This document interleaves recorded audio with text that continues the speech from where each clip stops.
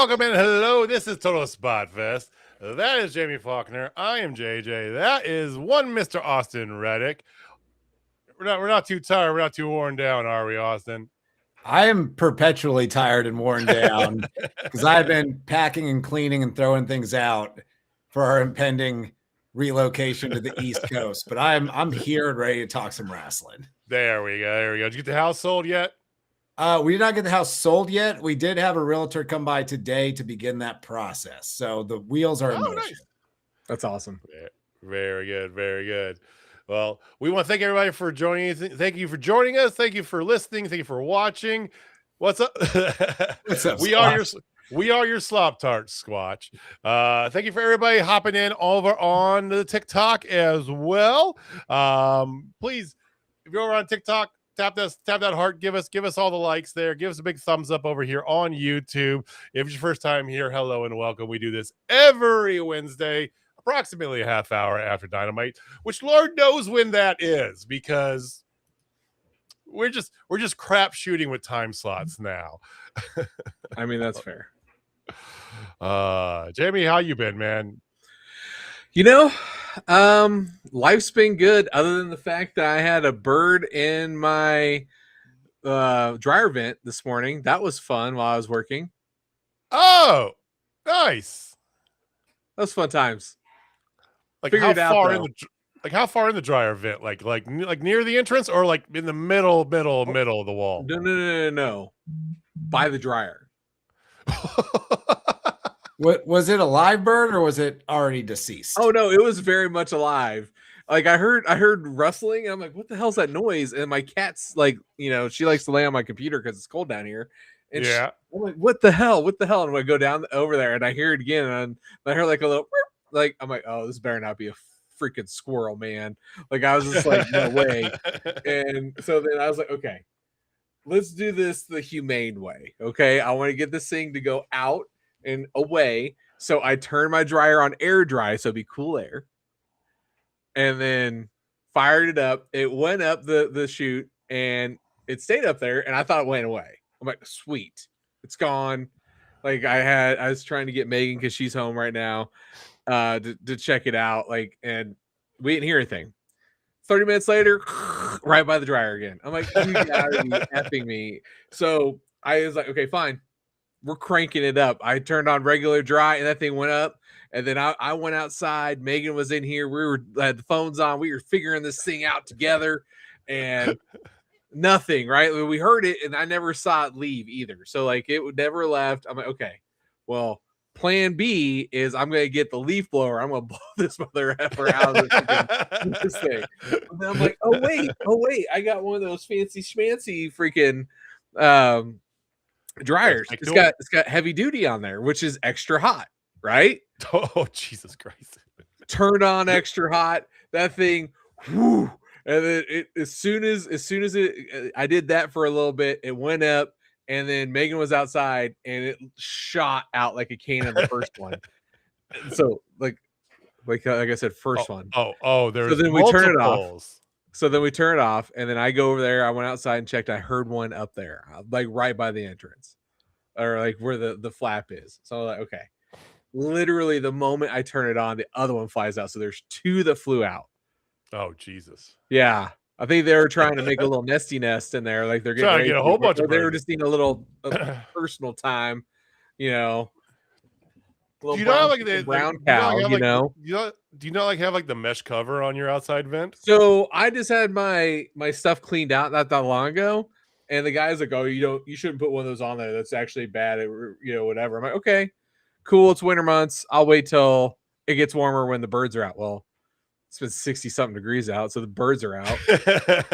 And immediately bit you in the ass. I'm glad you're sharing this though, because the mesh cover from my dryer vent fell off a while back. It's just been sitting on the ground underneath it, and now I'm thinking I should probably go put that back on. I know what Austin's doing first thing in the morning. All right. 100%. I have one of those. It's like the European style, but it's because mine is not like a full size dryer. It's like a 3/4 size, and it's actually a condensating dryer. So I don't have an outside vent. So it basically uses like condensation, like similar to your air conditioner. And it basically takes all the heat in the air. What's up, man? BJ said hi. That was a BJ. It turns it into like vapor. And I got like like a hose that goes he's a big AEW guy. I love his content. I appreciate him. Sorry. Oh, I see Megan's our number 2 viewer. Congratulations, number 2. All right. We got to drill that heart, man. We got to get the hearts up into the thousands, so we get more people on. We do appreciate all of you. If it is your first time joining again, thank you. We appreciate it. We do this every Wednesday. We're going to get into some wrestling here because we got quite a bit to go through. All right. First and foremost, we had a non-pay-per-view ish kind of thing over there. It was 100% a pay-per-view that wasn't a pay-per-view. It was a free pay-per-view, the best kind. A free per-view. So Grand Slam Australia. Second one in Australia, first one in Sydney. Fantastic venue, fantastic crowd, and a pretty damn good show. So that's an understatement, sir. I mean, you start the thing off. You got Mox and Takeshita going time limit draw, which raise your hand if you saw a time limit draw coming. Of course. Oh, just two of us. Okay. I knew it was in the realm of possibilities. If we were picking for that, I probably would have picked a winner. Okay. Yeah. Touche. Well, I mean, the second they went through and said 10 minutes down, 10 minutes ago, I go, yeah, that confirms it. It's a time limit draw. As soon as halfway through yelling times, you knew. Yeah. It's like, and I mean, the draw there made perfect sense. So, like, probably should have seen it coming. But with it being a non-pay-per-view, I wouldn't have been surprised if someone won that match. But I think the time limit draw and building up to a later match, which we'll address later this evening, that was probably the move. I like how they framed it too, because I don't ever remember, Jamie, them ever doing anything other than just saying it was 20 minutes. But then they said because this was a live event pay-per-view, whatever, like those are 60 minutes for Continental, but this is a TV show, so it's 20 minutes for Continental.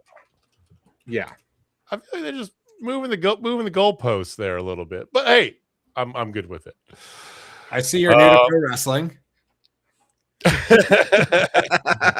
It's my first time. Hi guys, I'm here for this wrestling stuff. It's so accurate. I mean, you're not wrong at all.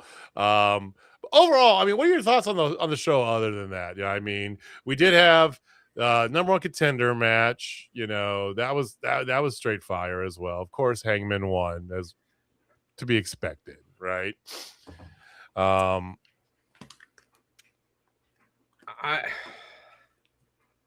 I will say this. That show was very obvious of one thing. You know, obviously we haven't talked about Wheeler, but I mean, we all knew he was the one getting his head shaved. Totally fine that he got his head shaved. Not a big deal. I'm actually very happy that he got his head shaved, right? I think that's going to be great for his character.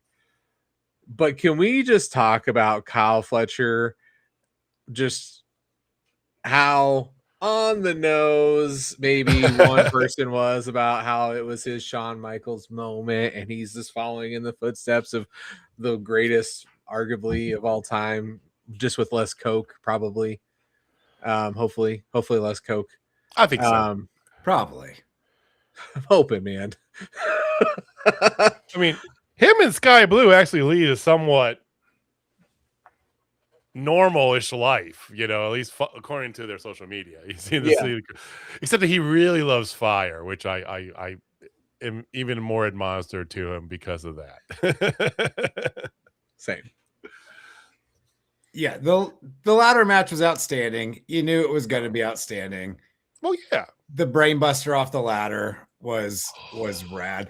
It's always nice because AEW does gimmick matches so well. It's always nice when you get something you haven't really seen before. And that was definitely something we haven't seen before in a ladder match in AEW. But yeah, like Kyle Fletcher's the guy. I'm interested to see how long they keep him from the very top of the card. Because I think if it's too long, it's going to be undeniable. That was actually my question for you there, Austin, is because, and Jamie, you can answer that too, you know, because I think we all agree it's undeniable it's going to happen. But, you know, Shawn Michaels, you know better than anybody, Jamie. How long was Shawn Michaels kind of in the realm? It was what, about a year and a half or so before he moved into the title picture? 3 years. Was it 3 years? Didn't feel like it 3 was years. that long. Oh, well, dude, WWE years. You know, it felt like a year and a half, but it's late 3 80s, years. early 90s WWE years. Yeah. 3 years. Before, He's a bit of a weird one, though, because he was in the title picture here and there. He just wasn't the champion until 96. Right. He wrestled Bret Hart for the world title in the main event of Survivor Series 1992. He ladder match with Razor Ramon. The first one was 94. He main events WrestleMania the next year, loses the title match in 95, finally wins it in 96. But he was up there almost off the rip. I mean, main event of pay-per-view for the title in 92 when he turned in, was it, I think 91 was the barbershop window when they stopped the Rockers. Like, that's a pretty quick turnaround. Yeah. Just a much longer build, having already been there, but really establishing him as a top guy. So is it more, all right, rephrase it here a little bit different then, you know, bring it back to Kyle. Is it more about him? Because we all agree that he's probably ready. He has already done the Shawn Michaels thing. He's challenged for the title, right? Yeah. You know, he did that when Hangman had the title already. But is it more about him or more about what's around him that puts him into the picture? Because we do got a somewhat top-heavy men's card, you know? Yeah, the bench strength of AEW's men's division is great. Especially the top end of it. That's what I'm getting. Yeah, the top of the mid, if you will, even though I struggle calling these guys mid, you know, like mid tier, you know, mid card guys like Takeshita.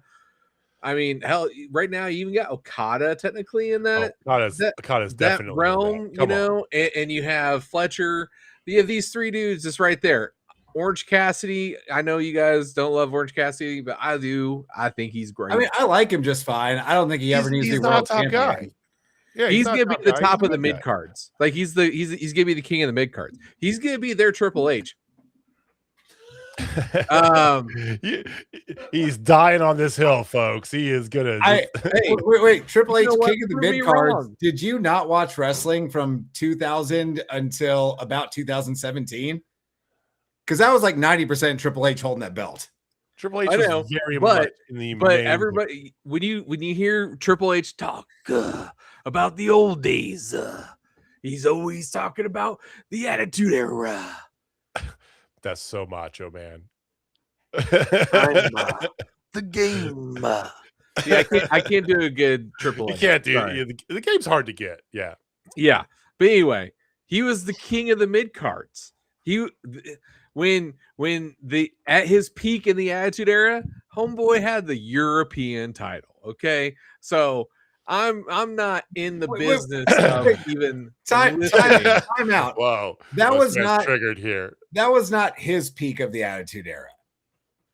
Because the Attitude Era either runs until WrestleMania 17 or the draft in 2022, depending on how generous you want to be with the timeline.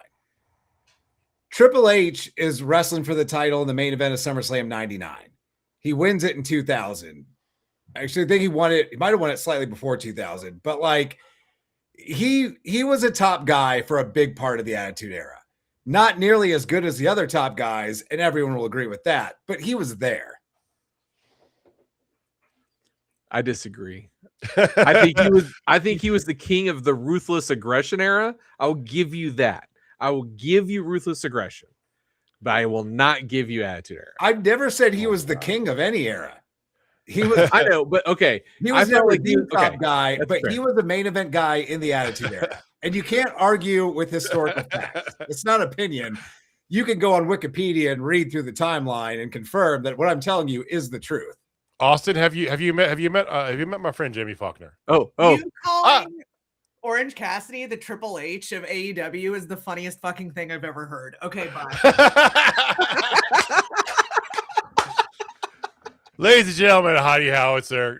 Go follow Thunderdome Style, all the socials. As long as I can get her to pop and laugh, that's all matters to me. I feel Tell like her I I've won't- accomplished everything in life. Yeah, tell her That send me and one shit of those. on JJ. I feel like if I do those two things, life's grand. Yeah, and tell Heidi I want one of those burritos, whatever the fuck she was heating up too. So, I'm pretty sure she was heating up protein pasta. Correct. Oh. We just had do some- not currently have burritos in the house, but I wish we did. Oh, nothing beats a good burrito. I'm gonna start doing the Danny DeVito thing where I'm always eating while we're on the show. Like, you don't notice, like he tries to eat on camera every chance he gets. all right. Anyway, moving on from the obvious fact that Triple H there is a was big the hair partner in the match. Attitude Era. The Okay, hair let's move on. match. Okay, yeah, there was that hair match, and yes, I was a little heartbroken that it wasn't Toni Storm because I thought that storyline she would have killed it. But I get it. Yes. Okay. See, Jay DJ gets it. Hey, he gets it. He said Orange Cassidy's the most misunderstood character in wrestling. I enjoy his work. See, Just we're like friends. Triple H. Neither We're friends. I'm not an Orange Cassidy hater by any means. I like Orange Cassidy. I enjoy watching wrestle. He's just not a world champion in AEW. I love how triggered Heidi is right now. So okay, if I can expound on the Heidiism thing, that at least I made her laugh. To which I'll say this: Orange Cassidy is to Triple H as Hook is to X-Pac. Oh no, we're gonna put a pin there. We're gonna come back to that feel Hook accurate, in just a guys? minute, okay? Yeah, like first of all, X-Pac, Go Away Heat was originated with X-Pac. That's a real thing. Yeah. But X-Pac was a phenomenal professional wrestler. Oh yeah. Okay. Hook That's is fair. some dipshit who happens to be related to Taz. There's a big difference there. And X-Pac held an integral role in V2 DX. To be completely honest. I love X-Pac, but I'm just saying, like the Go Away Heat, at least on this show. Not their body of work ability. Well, I appreciate you clarifying because I was Wow. I was about to have a wellness check done on you. I was gonna think Austin's gonna hop in his car in Oh 3 my hours God. and beat the shit out of me. Okay. All right, Squash summed it up. He's okay, never to be world champ. We're going to move on. All right. He's their top mid card guy, 100%, and always will be. That's where he So, needs. anyway, fantastic Right. show. Of course, you end with the world title match, and I'm glad they gave it its time to go too. We all knew Brody was not going to win this match. At least I hope everybody here. I love Brody King to death. Not a chance in hell he was winning this match. But I'm glad they gave it the time and gave it the story and a returning Bandito coming out there. And of course, they do finish it, Austin, with one of the greatest finishers of all time, the Heat Seeker. Jamie's absolute favorite. See, the Heat Seeker's so trash. How is it? It's not that bad. It is that bad. I mean, at its It's very not base that level, bad. it's a pile driver, and pile drivers are awesome. pile drivers are awesome, but when you have to do like a seesaw action, like I'm riding. It's for extra momentum. It looks a million times more devastating than 5'5" Toni Storm giving someone a pile driver. And I love Toni Storm. No slight at her, but they're falling 8 inches when she gives them one. This is getting extra momentum with someone's full body weight coming down at an angle, which is probably more devastating than straight down. This is science. That's why the Heat Seeker's on. Science. I somehow muted myself in all of that rage. Oh, amazing. Somehow muted himself, he says. Sure. I hit M. You sound a little off. Do I? Yeah. Do I? Yeah. Did you switch your mic input somehow? That seems to happen a lot on the show. Sure did. oh, look. Watch you switch it back. Yeah. Total Spotfest Wrestling. We're bad at microphones, but really good at talking about wrestling. if you can hear us, you're in for a treat. All right. Well, while Jamie figures that out, let's do a harsh transition over because tonight we had Dynamite. So, Really quick, but before we move on from this main event, yeah, of you Slam gotta Grande get me Philly. before I start my transitions. Come on, man. Well, we got side railed by Jamie not knowing how to work a microphone, and like I gotta get the train back on a little bit. I'm interested to hear y'all's thoughts. What did y'all think about MJF more or less beating Brody King clean? I liked it. I said this about other wrestlers in the past too, right? And one of the things I appreciated a lot about Adam Cole and his NXT run, okay, is that he maintained when he was champion, he maintained that title in a vast variety of ways, including some clean wins, right?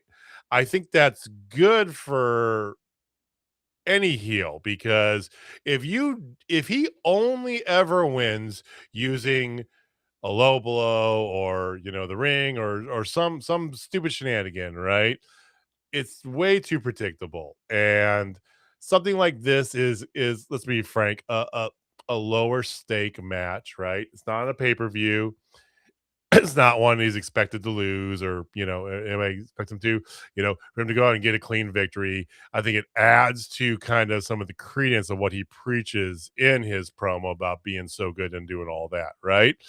If every single win is tarnished, you have an easy body of work. You can be like, nope, see, look at this. No, you suck, bro, right? But he actually beats a formidable opponent clean every once in a while. It's good for his character. That's what I think. That's fair. And I don't disagree with you in theory. I think he should get the occasional clean win. I just don't think it should have been here. I think that hurt Brody King quite a bit. Not only did MJF beat him clean, he beat him clean with Bandito at ringside. It looks like we just lost Jamie. We just lost Jamie. I think he's rebooting here. So, but one, Bandito being at ringside to like really do nothing but just be there to watch Brody King lose was kind of weird. I thought there was like a turn coming or something, but I think you had Brody King was on the cusp of like becoming a much bigger star in the company, which he's super over with the crowd. He's awesome. Why wouldn't he be? I think him eating the clean loss here with Bandito coming out ringside to even the odds and all that, but like kind of doing nothing. I did not like that part of it. Like I said, I would like to see MJF beat other people clean. I just think someone like Brody was the wrong guy to do that with. I have no idea what's going on with Jamie. Sorry,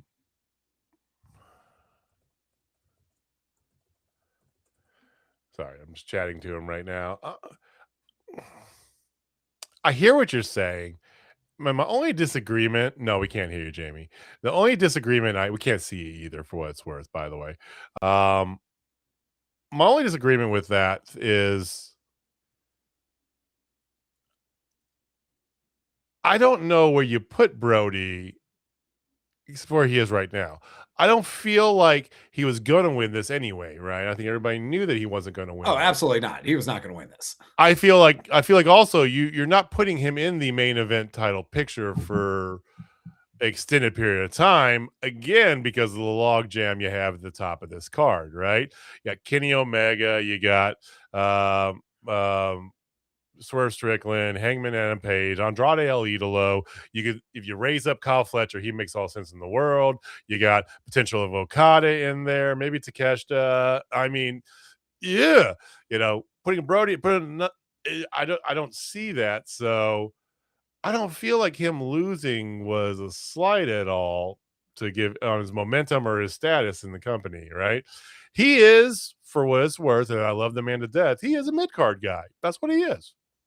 So I think if you book him right and build him up a little bit more, which is why I think he shouldn't have lost clean. He wasn't winning no matter what. But I think if you show that he had the champ beat, because he beat him on Dynamite to get this title, but that was a distraction. That was a whole schmoz. All right, that's a gimmick, yeah. I think if you show him as someone that could have beat MJF, had MJF not cheated like he normally does, I think you could slide Brody in with Okada, Fletcher, Takeshita, Mox in that Continental title scene. I think Brody fits in really well there. Now he just kind of seems like a guy that's going to fade out. He had his moment in Australia, and now it does seem more like, what do you do with him from here? Yeah. And BJ kind of agrees too. He says, beating Brody clean worked in his opinion. I mean, I don't know. I mean, again, there's layers to this and layers that we can go. Okay. I'm assuming Jamie's rebooting his computer. So on to Dynamite without him. Oh my God. Man, for some character development. Okay. Yeah, I mean, Brody was the most over when he first came in and the whole House of Black thing, because House of Black was just cool, right? They were just mean, bad SOBs, didn't give a shit, right? You know? Oh, take 3. We got Jamie figuring it out.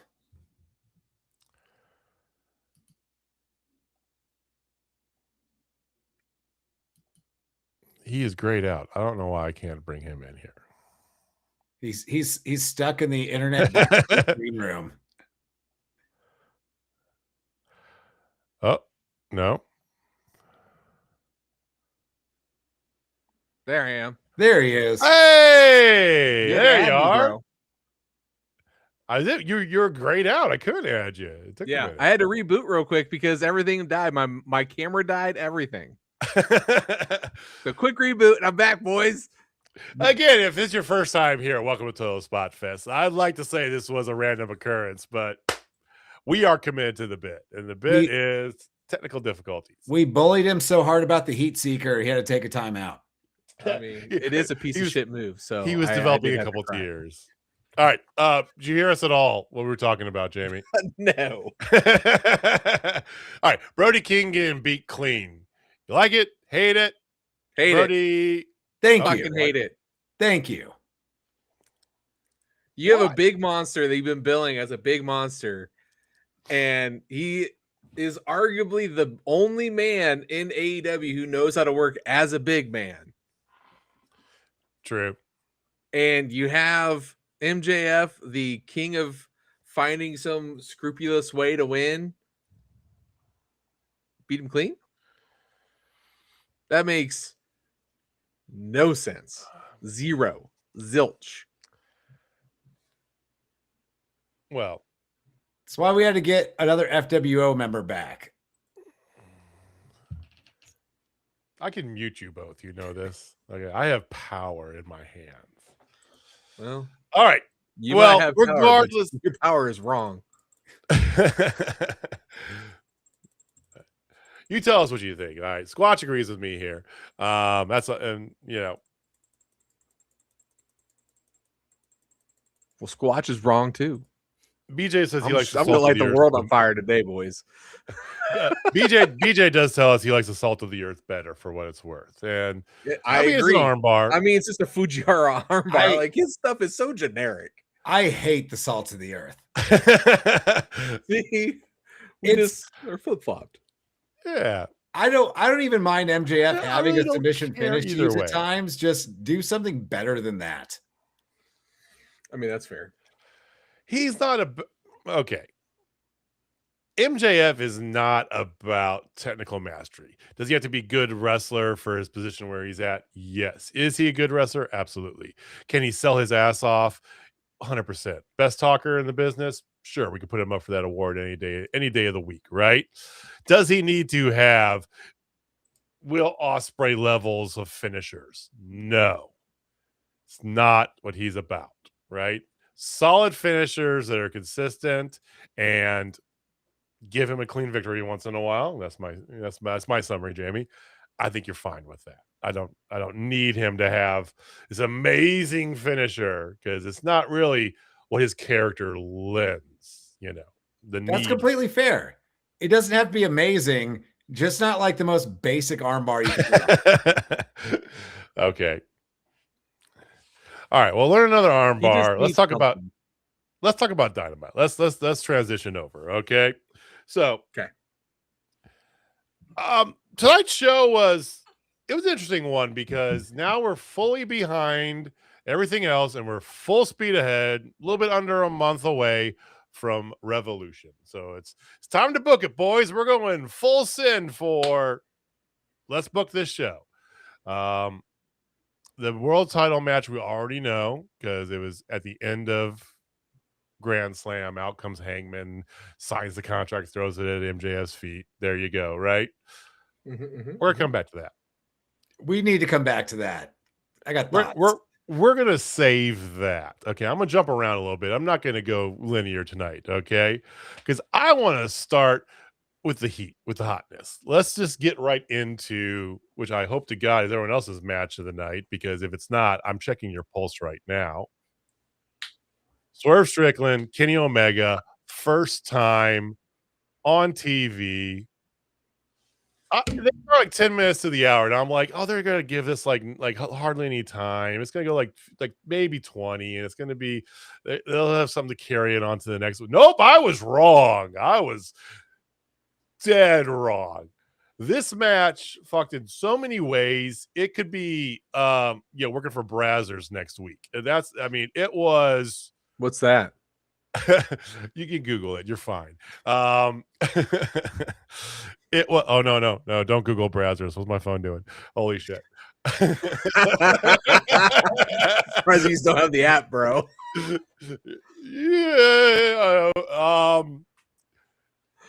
I loved everything about this match, especially the way this ended. But let's save the post too. What were you guys' thoughts on the match overall? Jamie, you go first. Okay. Easily a match of the year contender. That's 2 in 2 weeks. Yeah.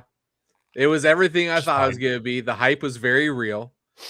I mean, if you follow us on TikTok at Total Spotfest, you saw a special announcement from one Austin Rag talking about it was the eve of this match. So the hype was definitely there, and the hype was definitely real. And the fact that it delivered and it did have the nefarious things that happen also make me feel very good. They gave you exactly what you would want and expect out of Swerve Strickland versus Kenny Omega on free TV. Like, yeah. I don't know what more to say than, yeah, this is exactly what you would want it to be. It was as good as you would hope it would be. And sometimes we get these matches on TV where they're very good, but you could tell it's not the final version that you'll get on a pay-per-view. This could have been on a pay-per-view. This was an all-time great Dynamite main event with two of the best wrestlers to ever do it. So why wouldn't it be? But yeah, this was just outstanding. Sorry. I mean, that's what I thought was. They ended up going like 23 or 24 minutes, like just and hard too, right? You know, they had fantastic pacing. I mean, the whole booking of this match felt like a pay-per-view, right? You know, you had the sizing up at the beginning, and then you had the exchange of volleys, and then for some reason we're trying to murder each other by going to the ground, and you know, strong, vicious hits. And by God, going in the end there and seeing the actual beginning of the official heel turn. I know he's been dipping his toe in the water for weeks, boys, but so come on, pulling over Aubrey Edwards in his way in the path of a V-trigger, and then just brutally assaulting him to win the match, and you know, like a slingshot into the exposed turnbuckle. Oh my God, so good! This is already on BJ's match of the year list, by the way. Just throwing that out there. As it should be. I think this might be the best they've ever utilized the overrun. What's up, chill guy? Starts at about 10 till the hour. So you're thinking like maybe some story schmoz finish and we'll get like a rematch at Revolution, which still might happen. That's entirely in play.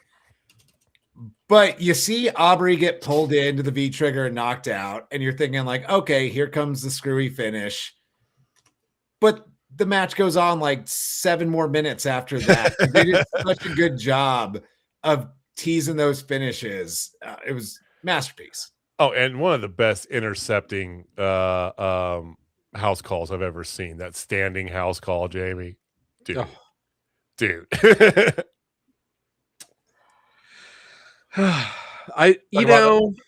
Yeah, you give us your thoughts and take us into the after, because I know you want to get to the after so bad. So let's go. Gentlemen, if you watch the show for a long time, then you know that 80% of the time I'm right every time. And I struck again, boys. Oh, Jesus. And I'm not the only one on this show that struck with this either. So I'm not going to take all the credit, because that's just not my style, especially if they're a part of the house of the FWO. We gotta represent. And I gotta say, this heel turn was everything I wanted, and it is going to build the embassy back up, which will also have jet speed in it. I'm calling it now. At least one of them. Ooh, at least I was one. gonna say, I'm both? still Okay. on that, dude. He's got to, especially after his match with Beast Mortos, like how good he looks. Like those two together and just add a couple dudes in there. Let's go.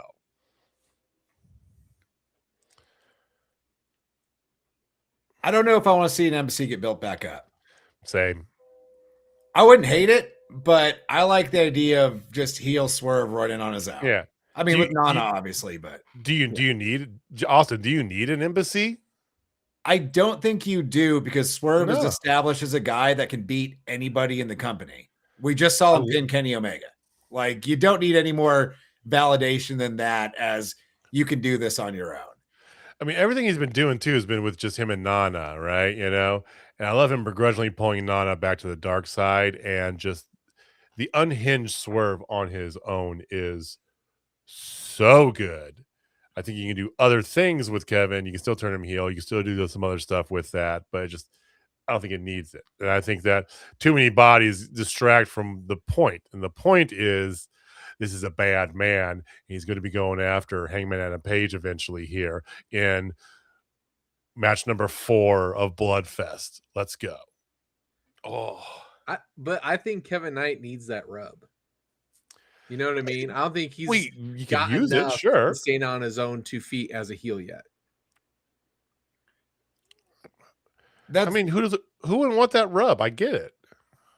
So that's fair. And like, I wouldn't hate some kind of storyline where he kind of takes Kevin Knight under his wing.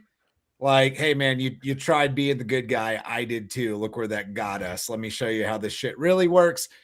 That could be good. But I don't know, man. I think Swerve at his best is on his own.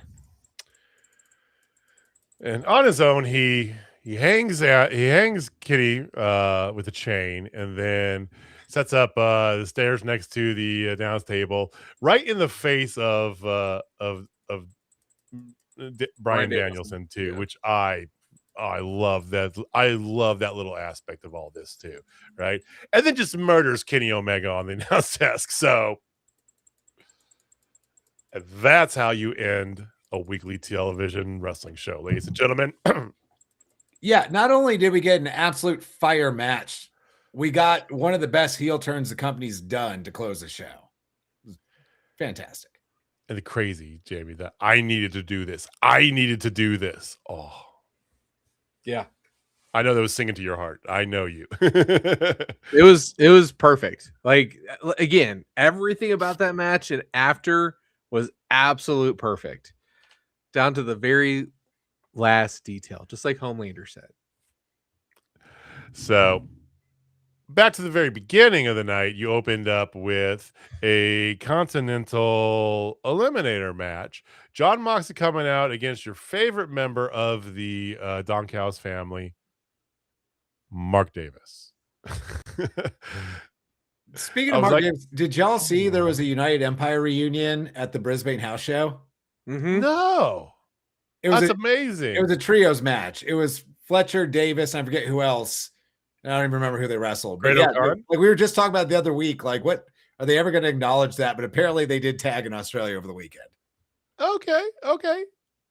I do like them just making that little nod a little bit, even though it's not we didn't get to really see it. But I mean, it is weird that Mark Davis has been in the Don Callis family for like the better part of a year now, and you almost never see him and Kyle Fletcher on screen at the same time. They're in the same faction, like they just never run into each other. I mean, Marty Jannetty needs his space.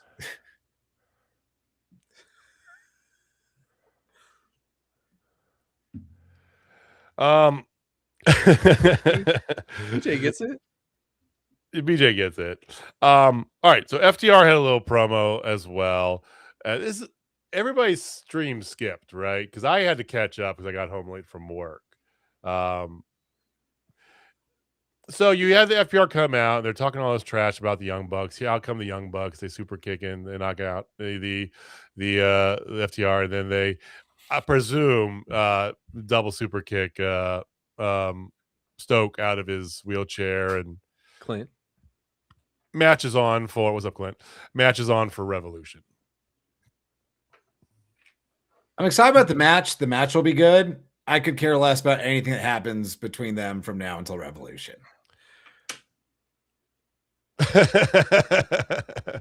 Oh, I agree, except for one thing.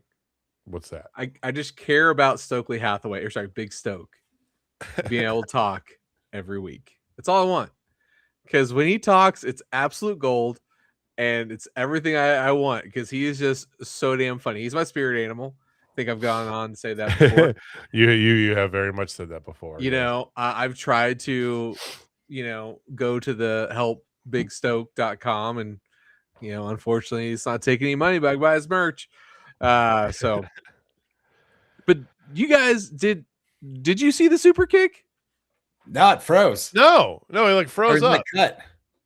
Okay, because I saw a That's what I was clip asking you. online, somebody actually showing it. I'm like, how did you see it?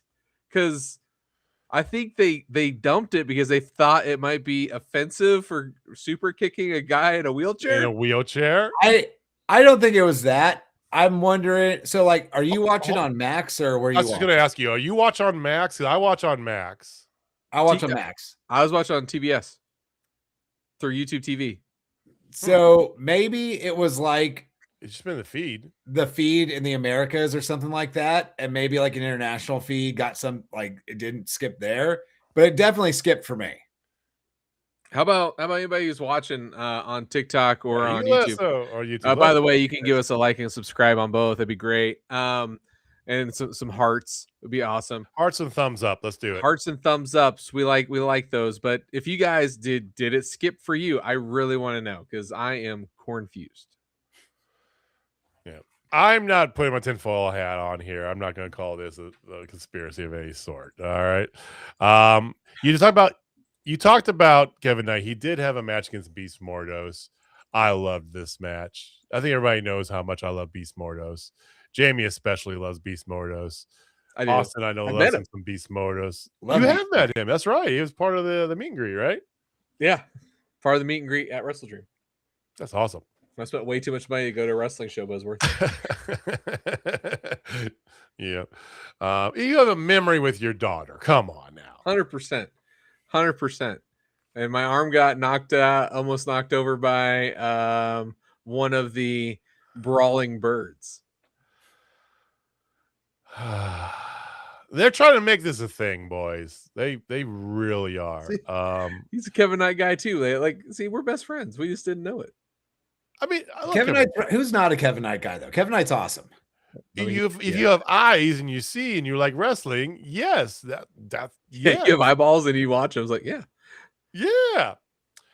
This match was outstanding, but it was one of many points tonight where I was just scratching my head asking, what are we doing here? Yeah. Which, like, I mean, give me this match any day of the week, I'm down to see it. We literally just had a promo from Jet Speed last week being like, Hanger's going after the world title. Maybe we should get some other gold too. And then right here it was, all right, wrestle this guy, and if he wins, you got to defend your trios titles against him next. Like, just completely abandoned that. Mm-hmm.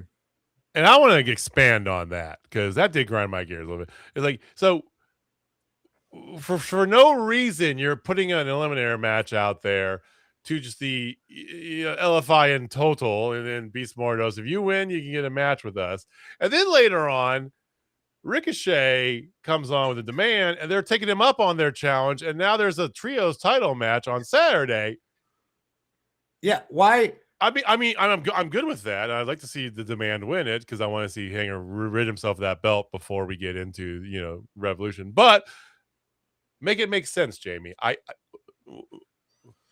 Why? I appreciate you trying to look for logic in wrestling. I've been hanging out with Austin too long here. I mean, so here's the thing. One of your members of the Trios Champions is going for the AEW Men's Heavyweight Championship. So that's that. Then you have the other two just kind of doing their own separate thing, but not really doing their own separate thing. And it's like, once again, just like the TBS Championship that finally got defended, which we'll get into in just a sec. But what does the Trios Championship mean other than it's extra belts just running around? That's all it is right now. It's like, oh, you want some hardware? I got you. No one cares about this. We'll just give it to you.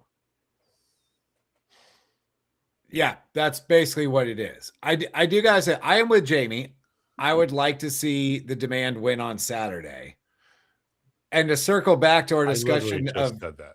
Oh, I'm sorry, JJ. I'm sure Jamie agrees as well. Wow. I do. Wow.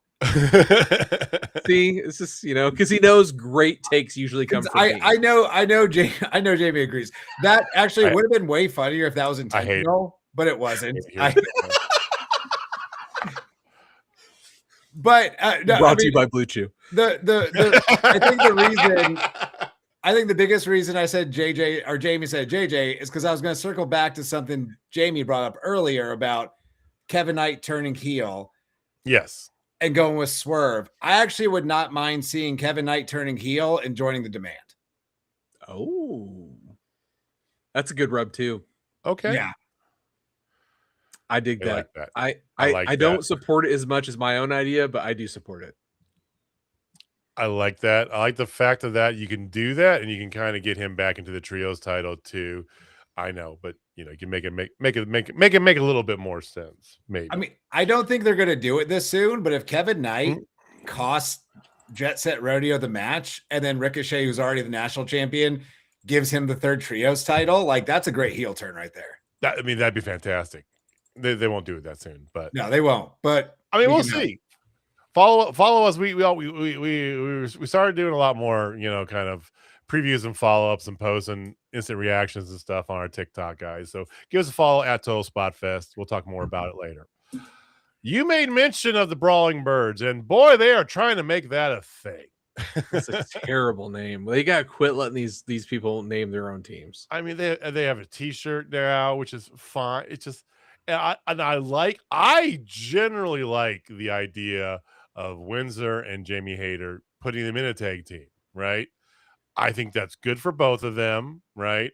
I think it's good for the tag team division. I don't like kind of how they're packaging all this, though. It's weird. And they had a match on Saturday, and tonight you give them a semi-squash match against Vita Vaughn and Becca. I mean, not completely, local talents, people that if you follow indie wrestling, you've seen before, right? So that's cool. I don't know though. What are we doing with the Brawling Birds? So this was another of the many times tonight that left me scratching my head, which I'm all in on the Brawling Birds. I like the name. I like the gear and the gimmick. It is very like Jumping Bomb Angels to me. It's very like late 80s, early 90s throwback pro wrestling. Okay. I like all that. But we just saw them run out at at the end of last week. It was last week after the strap match. To go fend off the heels. So they are, I guess, baby faces. Their face. Yep. Mm-hmm. Why then in their squash match tonight did the other team get a hot tag? and like 90% of the match was them ignoring like the tags and rules, just getting in there and double teaming these people that are nobodies in the realm of AEW. No slight against Becca or Viva Van's performers. I think Viva Van, is she signed to Ring of Honor? Yeah, Viva Van's AEW, yeah.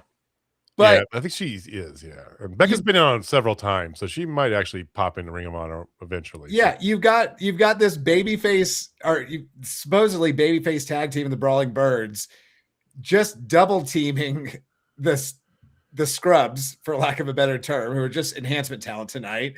And then you give Becca a hot tag that includes a springboard double stunner to it. What are we doing here?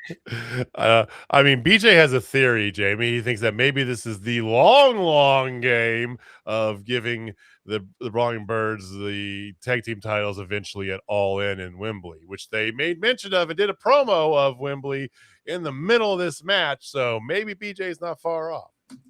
But that's like 6 well, months away. I mean, so you have these ladies who would have been way cooler if they called themselves the England Angels, but whatever. I digress. I like Brawling Birds. I like England Angels because they got the whole Charlie's Angels vibe going on. I mean, that's honestly what they got, especially from the promos. So that's why I get like England Angels, but whatever. Tony's Angels would have been even funnier. But I just don't like it. I like them together. I think they actually make a lot of sense together. Yeah. I just don't know. Again, the head scratching, like why? Because you just signed the Inspiration too. Don't forget. I don't know if everybody saw that. The Inspiration is officially All Elite. So we're gonna see them, and they're gonna want to go for those titles. And they need to go to the moon because they're. I mean, you need to push them, and then I still think they need to have Chicago's Inspiration. Like the meaning of love song. That needs to be their theme, not the one by Harley Cameron, which I think is hilarious. That the name's by Harley Cameron, but yeah, I don't know. I think that a little bit kind of Austin hinted at this. I'm fine with this. You should have gone like full potato with it, though. Like, I'm not talking like give me a baked potato with a little butter. I mean, I'm talking throw the chives, the sour cream, and 3 types of cheese, and mix it up, bake it again, and then put more of that shit on top with some bacon and go. Can't forget the bacon. Hey, can't forget the bacon, man. Of course not. You gotta go like have them go like super mod squad, like all the way to the right field, right? If you're gonna run with this kind of weird sort of British invasion-esque, gimmick, go. That's a great name for him too. The British Invasion. British Invasion would have been solid. That was used in TNA back in the day. Who cares about TNA? No one does, clearly, from the ratings, but whatever.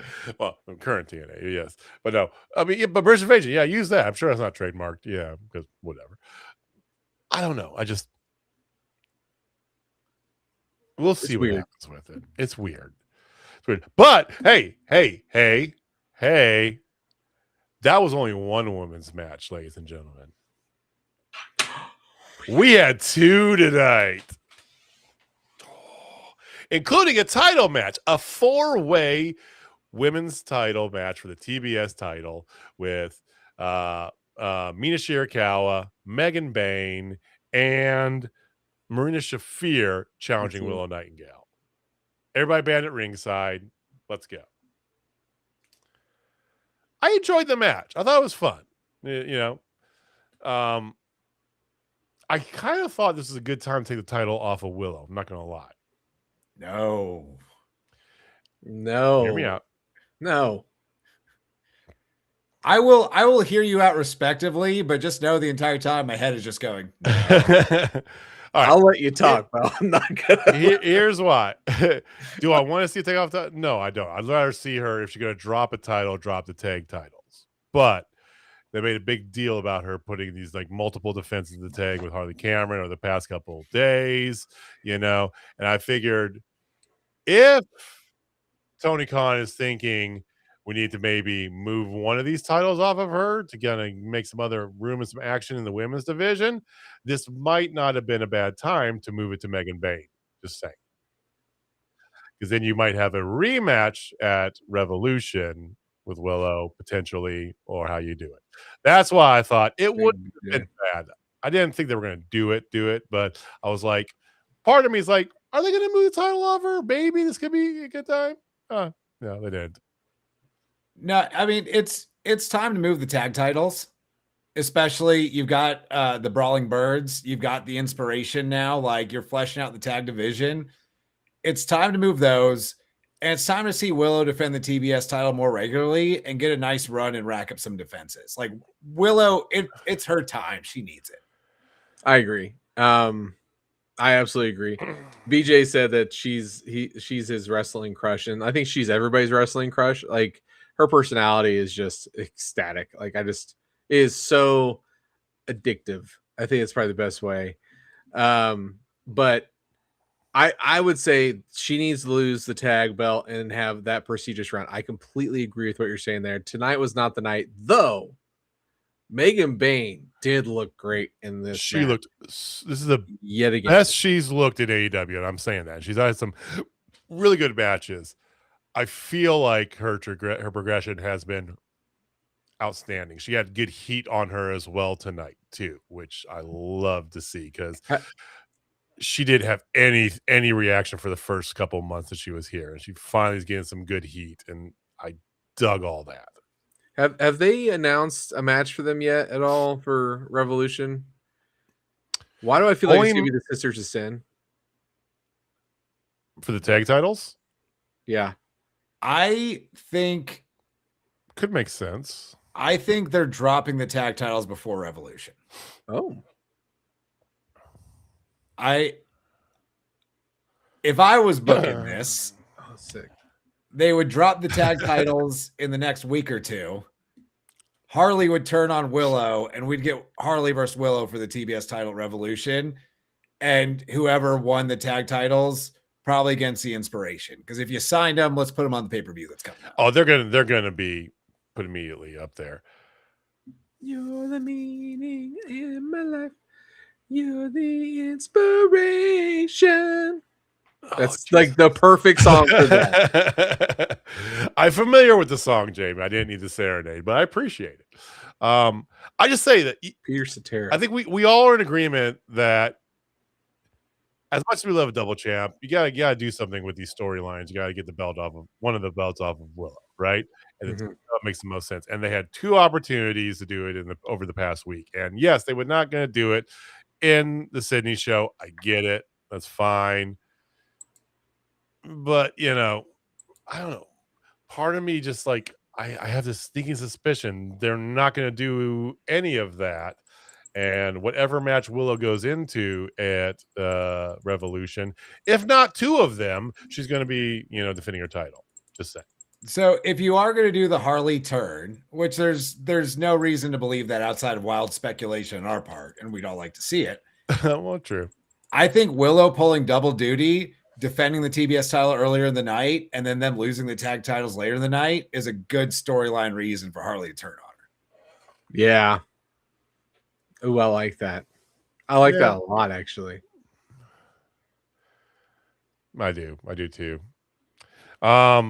So you do have, and you also had a women's promo, Chris Statlander with Thunder Rosa, who's now cleared for action again, and she's going to fight. She's challenged Tekla. She's going to fight Julia Hart on Saturday, right? So she's kind of called out Tekla, which I think is good, So extremely happy to see where they go with Tekla's reign, and you needed more faces because you just don't have a lot of face women. So no matter how good this run of Thunder Rosa is, she's another face woman to be here. So I'm fine with this. So back to me scratching my head, which I was doing for a lot of this show today. Happy to see Thunder Rosa back. We had the Brawling Birds run out at the end of last week to save Statlander from the beatdown. Could that not have been the Thunder Rosa return? Get a nice babyface pop instead of just, oh, here she is randomly backstage with Chris Statlander this week. It was your logic, man. I swear. Well, she wasn't cleared yet. She officially got cleared today. That was the whole, and that's actually legit. That's a shoot. No, she got cleared today. You don't got to be cleared to run out to the ring with a chair and not actually hit anybody. I mean, you would think, but maybe she wasn't there. Maybe she was, eating tacos with her vlog that she used to do, the taco vlog, which I loved. She used to do that? I don't know if she does that anymore. I don't know if she does that anymore. Yeah, I haven't seen anything about it in a while. Those were great though. Her second one was in Kansas City. I know, Just yeah. And she had it with with Will Hobbs, right? Or was that with the one with Julia Hart? No, it was with Allison Kay. Oh, was it? She was in town with her? Yeah. Oh. Anyway. As she still does do the taco vlog. Thanks, BJ. Thank you. We appreciate it. Clutch. That's why we love. That's why we love BJ. Everybody loves a good BJ. Okay, so I don't know if you knew. You knew it was coming. I mean, JJ lobbed it. I figured you were gonna spike it. I was giving out platters here. I was giving out platters. Don't worry, I know what to do. I did the assignment. Thank you. Yes. Hey, if you guys are looking for a position, Hook is currently recruiting. Just so you know, he's recruiting in North America. He is the leader of the ops. He's the boss. He's the boss of the ops. And he knows something about recruiting because he's recruited by every Division I school for lacrosse. Just FYI, for lacrosse. If you don't know why that's funny, you can do some Googling and figure it out. Yeah, go Google like where he played lacrosse at and ask yourself if that's a university you're particularly familiar with for any other athletic endeavor. I got 4 words for this promo. Just 4. Okay. Who gives a shit? Not this guy. Not anymore. You know what this promo remind me of? Send Hook away. A colonoscopy? I don't know. So like post the closing of WCW, Virgil would go work like indie shots and he'd show up in his NWO t-shirt and be like, well, Hulk Hogan sent me here on NWO business, just like working the indies, just part of the That's what this reminded me of. That's probably the most Virgil thing ever. Hook, right, so Hook is the Virgil of AEW, is what I'm getting at. That's giving too much credit. The show began tonight. There was a little promo with Orange Cassidy. Roderick Strong's nowhere to be found. He's not happy with them. And there was a match against the War Dogs tonight. So he chooses Ishii to be his component. And then the match, Ishii, Orange Cassidy versus Gabe Kidd and Clark Connors. I was fully expecting Roderick Strong to come out of the crowd, cost Orange Cassidy, and align himself with the War Dogs, because that's what needs to happen. Not for Darby Allin to come out and kidnap Gabe Kidd. Yeah. Thoughts? Like just no follow-up on Roddy walking out outside of a casual mention from the commentary crew. I mean, wouldn't you like to see Roddy with the War Dogs, Jamie? No. Come on. No. He's not a War Dog, dude. He's a group member. Oh, 100%. 100%. If he's going anywhere, he unfortunately needs to join the Don Callis family. Like, that's where he belongs.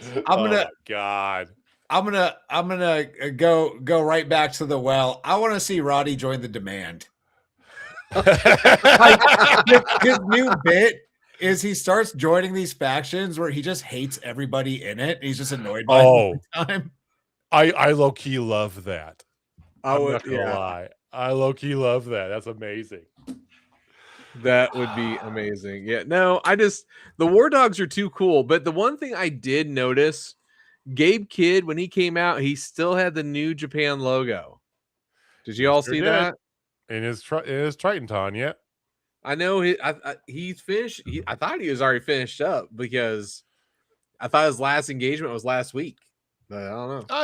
It could be part of their storytelling. Remember, they have the outstanding relationship with New Japan, so this might just be part of the storytelling for Gabe Kidd's character arc.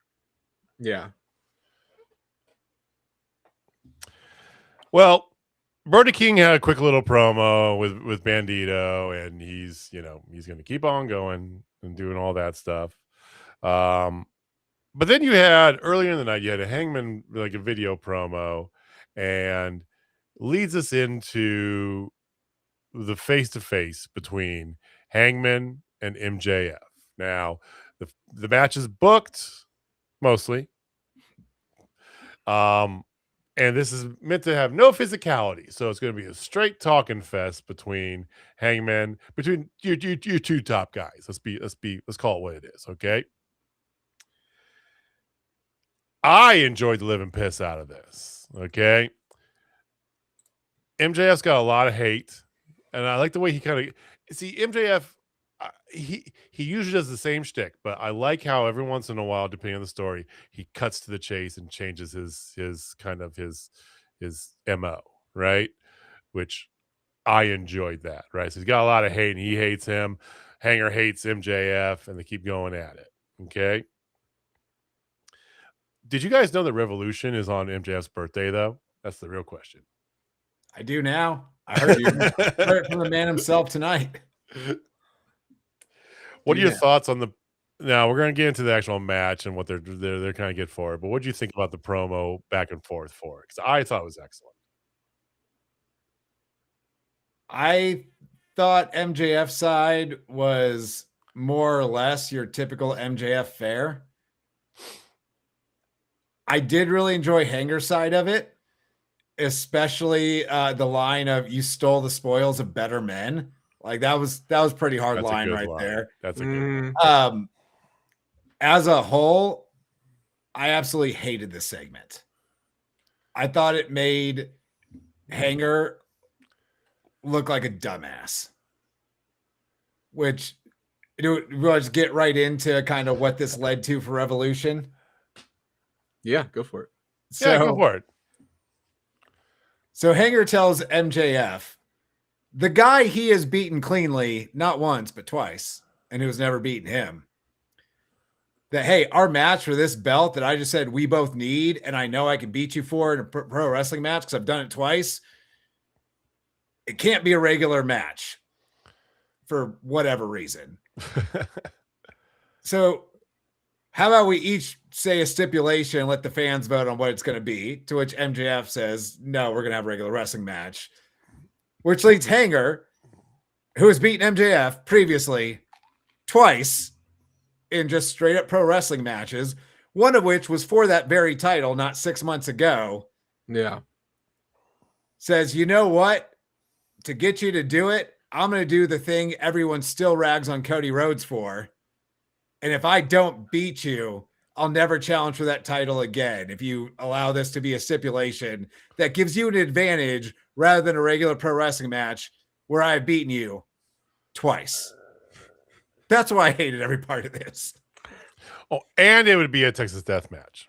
It would be a Texas Death Match, which we just saw Hanger reclaim the title in a Texas Death Match, and it was great. Less than a year later, we don't need to go right back to that.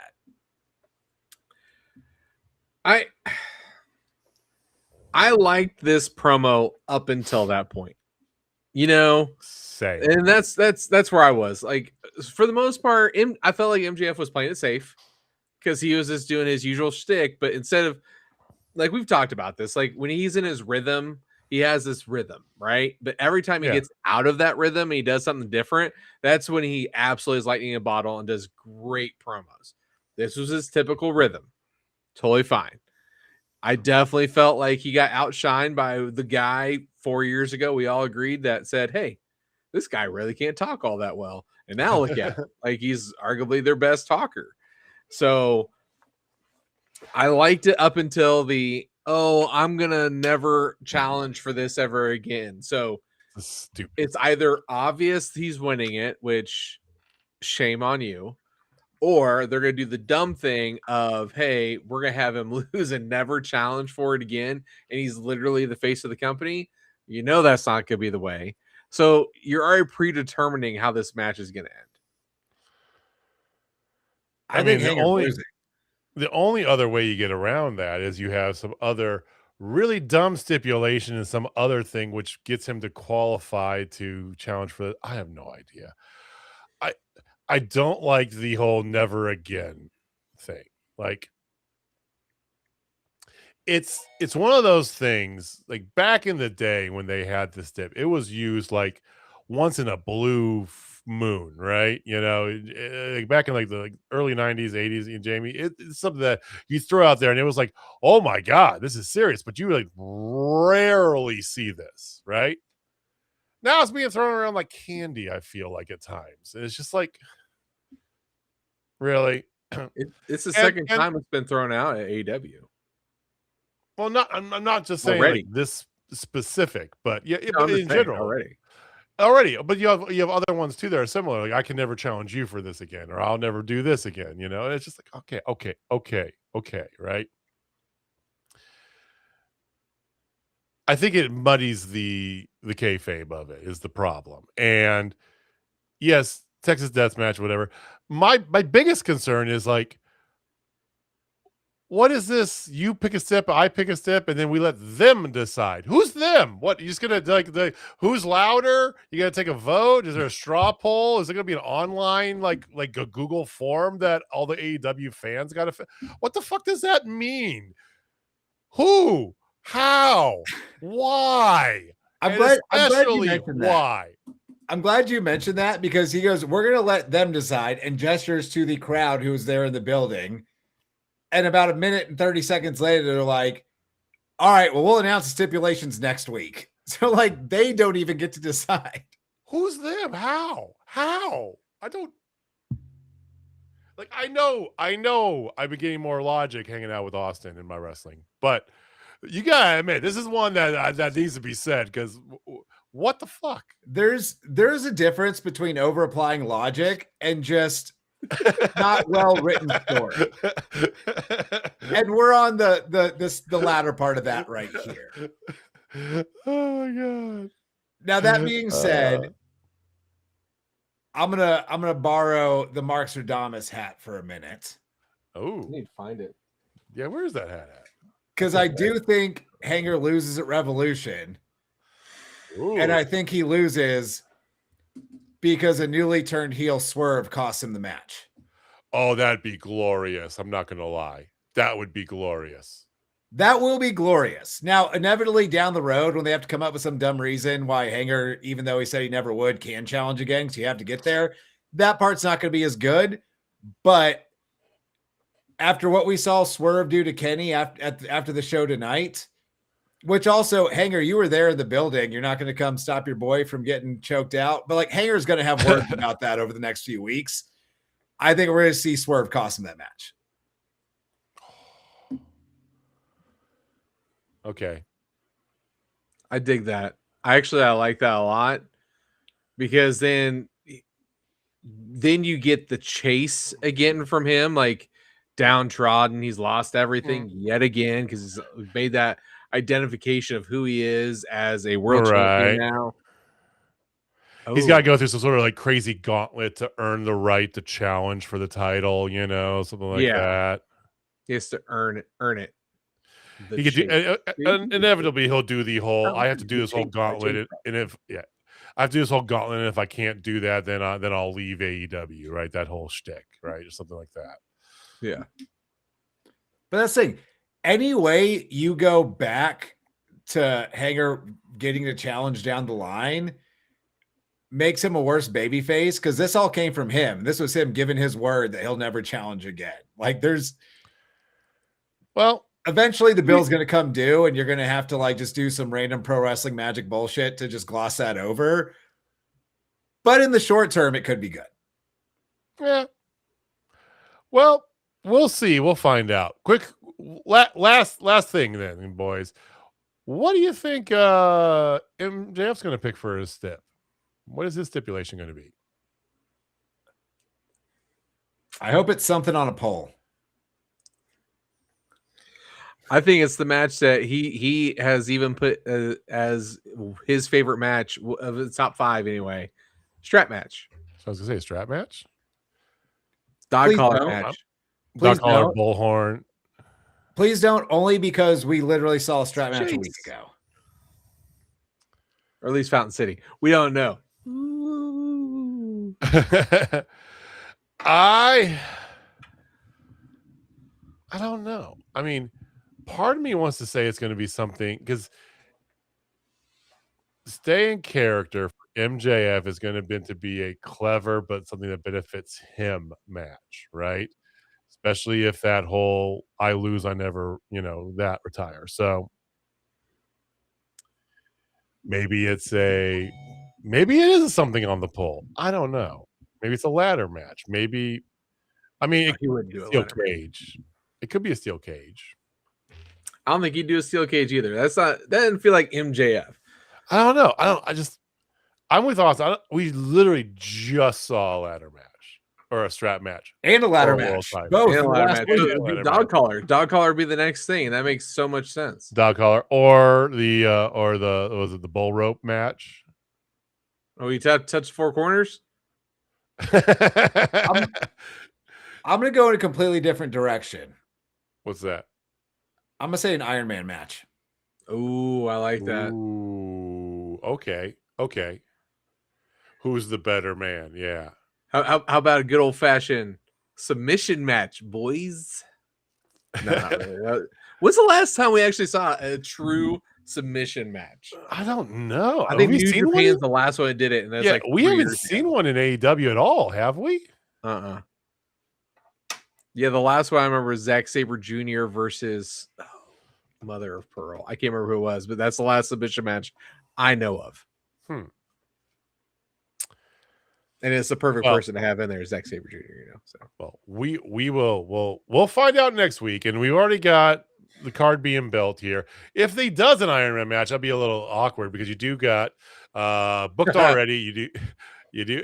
Alex Squatch that idea. Handicap match. A handicap match, yeah. Or it's MJF and John Cruz against Hanger. Yes.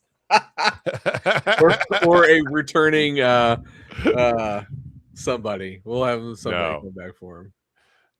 I thought you were going to say Wardlow. No. War Daddy. No.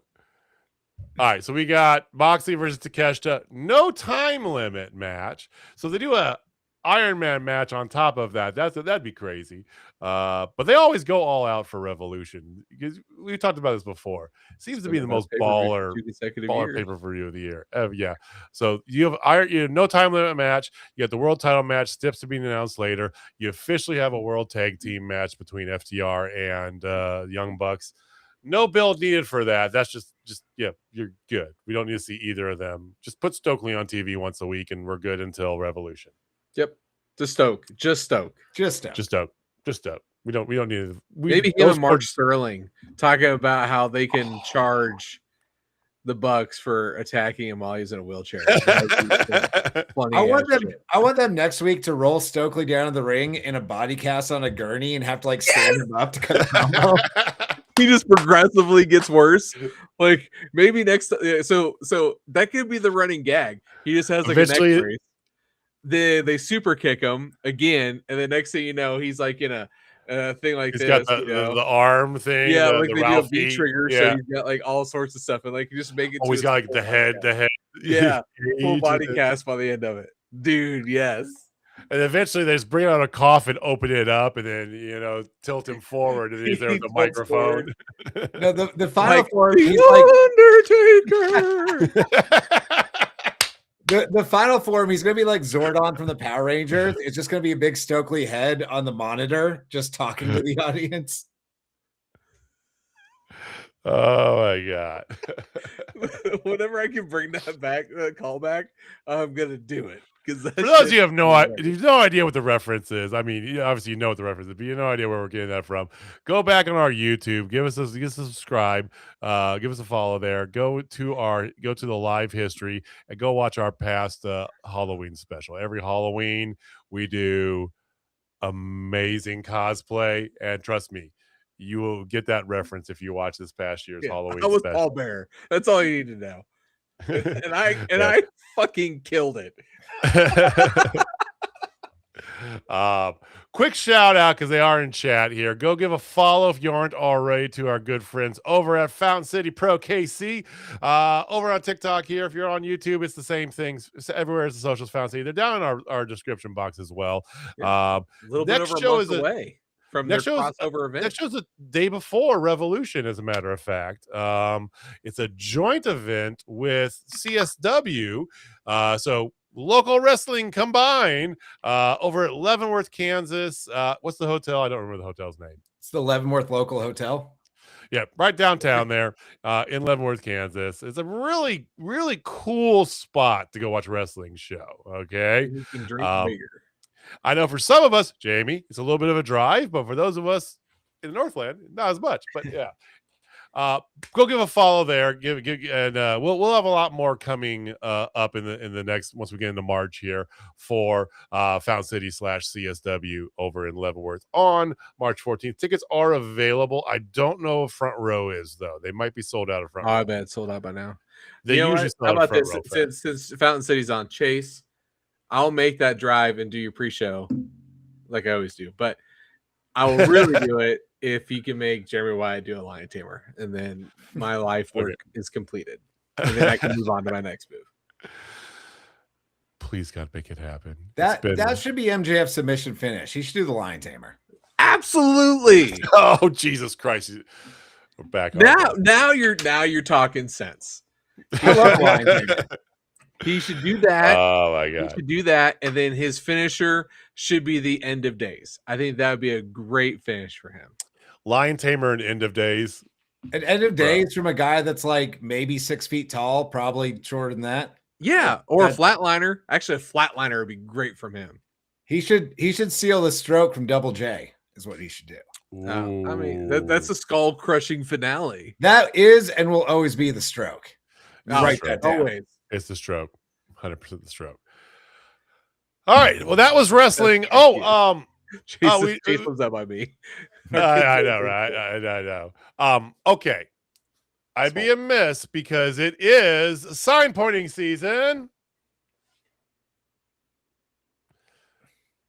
What's going on over in WWE world, Austin? I know you watched some WWE this week.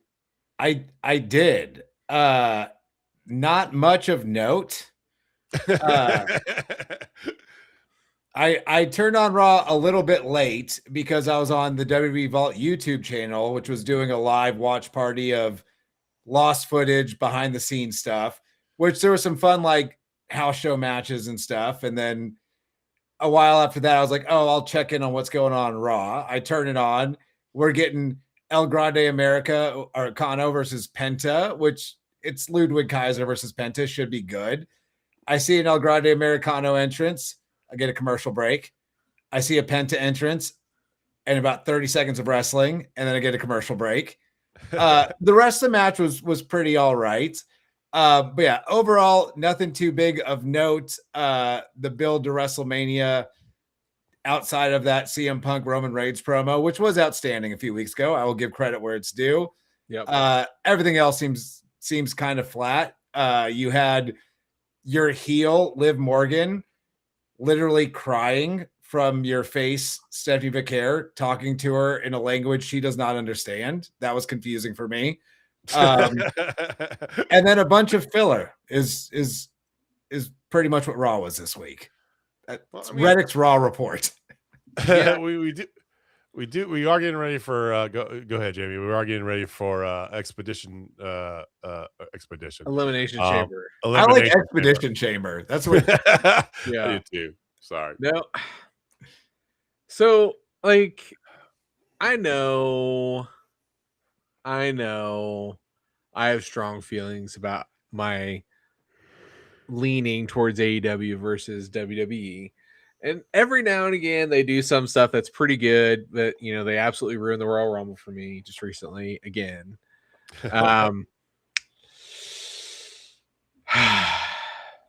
It's so vanilla, dude. And reports are TKO is involved in everything, literally involved in everything, even creative, which I don't necessarily know if I believe that because I think Triple H was doing the same stuff before they got involved. But I will give them the benefit of the doubt. Either way, I have zero interest in watching WrestleMania at this pace. I mean, hell, they're even giving out discounted tickets right now, dude. It's just like so slow and it's so scripted far out in advance. I mean, they already know what the whole card is, right? They have this thing for months. They've had it booked out, and everybody knows that. And because of that, it's like, Squat, you're right. None of this matters because it's just slow burn for nothing. And we'll see what happens. I mean, they did give like a little surprise, Javon Evans, made the chamber, being Dirty Dom. There's that. Okay, yay. Cool. And that match, it was a triple threat with those two and Gunther. And like the match itself was fun, like perfectly fine Raw main event. Yeah. But none of the stories about I did forget the big thing of the night. They literally had a crate that said do not open until February 28th, which is Elimination Chamber, just arrive at Raw. And like that was the whole segment. There was just a crate that says don't open until the 28th. And so that's their big mystery surprise thing, which what's in the box? Danhausen. If it's not a debuting or returning wrestler, it's going to be disappointing. And if it is a debuting or returning wrestler, have they been trapped in a crate for 2 weeks? Is that what we're doing here? They're dead. Yeah. There were not holes in the crate. They did not poke air holes in that thing. And the weirdest thing to me is next week they're in Atlanta, so they're doing a farewell to AJ Styles show 3 weeks after we said farewell to AJ Styles. I think honestly, internet podcasts across everywhere did a far better job of saying farewell to AJ Styles than WWE has, ourselves included. 100%. We almost got teary. Oh my god! I want to go back and watch Unbreakable 2005 again. All right, the corpse of the gobbledygooker. So the gobbledygooker and the Shockmaster all in one tag team. Let's go. All right, that's what we got. We will be back next week. Same bad time, same bad channel. Again, if it's your first time here, thank you for following. Thank you for watching. Thank you for listening. Please follow. Whether you're on TikTok or on YouTube, go back to both. Give us a big like, give us a thumbs up, give us a heart, give us a follow. We do this every Wednesday, approximately half hour ish after Dynamite ends. Follow us on the internets at Total Spotfest. We've begun posting more regularly on TikTok for a bunch of things there. And we will hit the bell icon as well on YouTube to know when we go live. Spoiler, Jamie already gave it. We do the live pre-shows for Fountain City Pro. We have one of those coming up here. But we appreciate you guys. Jamie, take us home, man. All right, ladies and gentlemen, if you're not down Total Spot Fest, I got 7 words for you. Triple H is the greatest mid-carder ever. All right, guys. We'll see you next week. Brought to you by Blue Chew. Peace. Later.